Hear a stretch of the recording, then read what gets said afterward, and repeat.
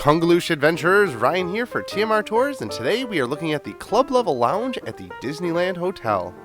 We were overjoyed when they invited us in to have a look, and this was a once in a lifetime opportunity.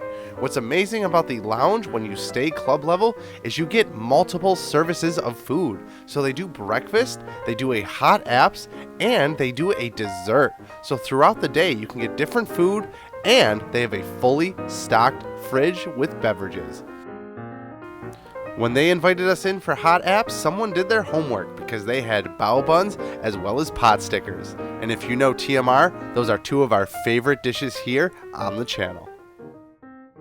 Ladies and gentlemen, we have found the mother lode.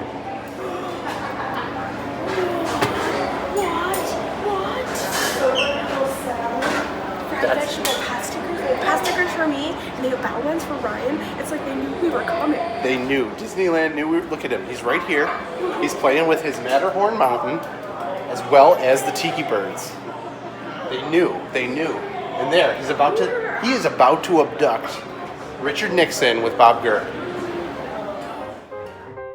Needless to say, we were pretty sold on the club level lounge, including those advantages of both parks and downtown Disney for evening shows.